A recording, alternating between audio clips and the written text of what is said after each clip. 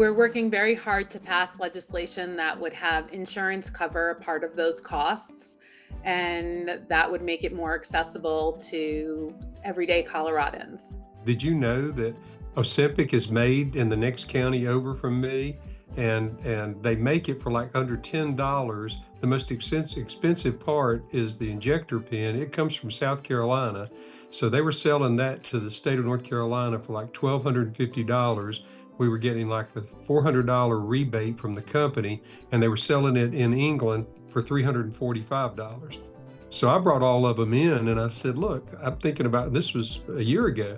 I said, I'm thinking about running a bill, a most favored state bill that says whatever it's sold for anywhere in the world, it can't be sold for more than that in North Carolina. Well, they all had a fit.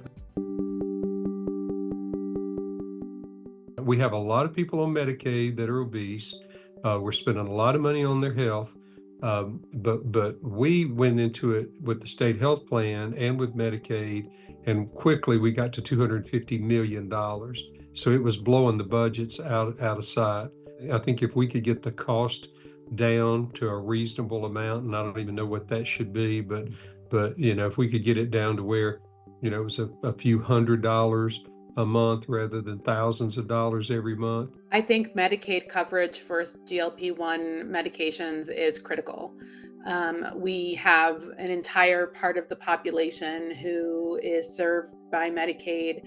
Our obesity rates are higher for those on Medicaid, and we know that handling obesity handles other comorbidities, and we could see a decrease in the overall expense of that patient at the benefit of their health. Most people that are taking it, if they didn't take it but did the things that people do when they do take it, like walk, exercise, eat better, they would lose the weight anyway. When did it become the role of government to pay for weight loss? I think the state is a great place to create legislation, work with insurance companies, work with the patient community to make sure they have access. Otherwise, I don't know who's fighting for them and getting them access. But we have that path to take with the insurance companies and with Medicaid.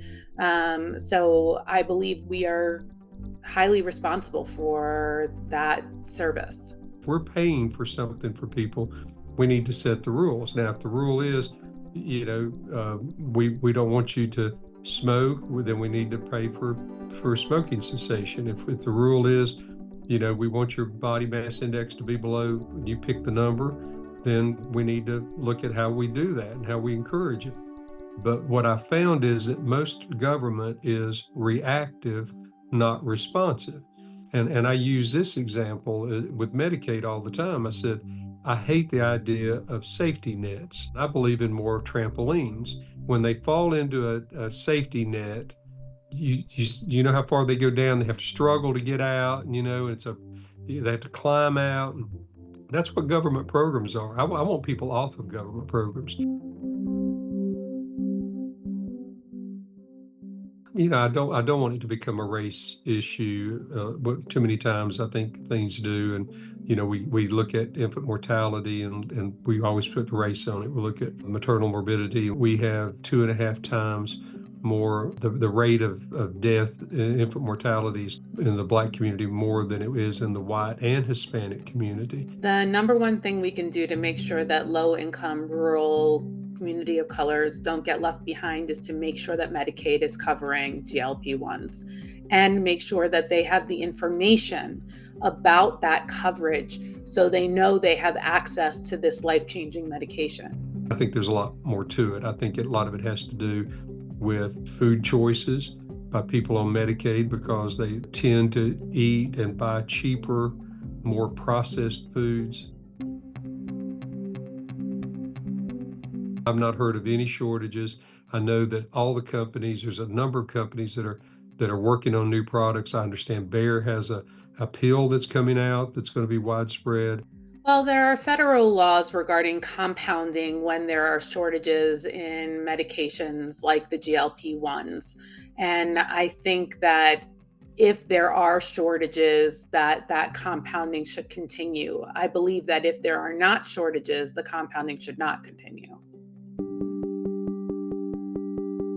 I think one of the things we could do is change the government programs that encourage people to eat wrong. I want people that are on Medicaid to make sure that they see a doctor at least once a year, that they have a full physical, and have blood work done. Some of it could be the obesity as a result of some hormone imbalance or some particular issue they're having, thyroid or whatever.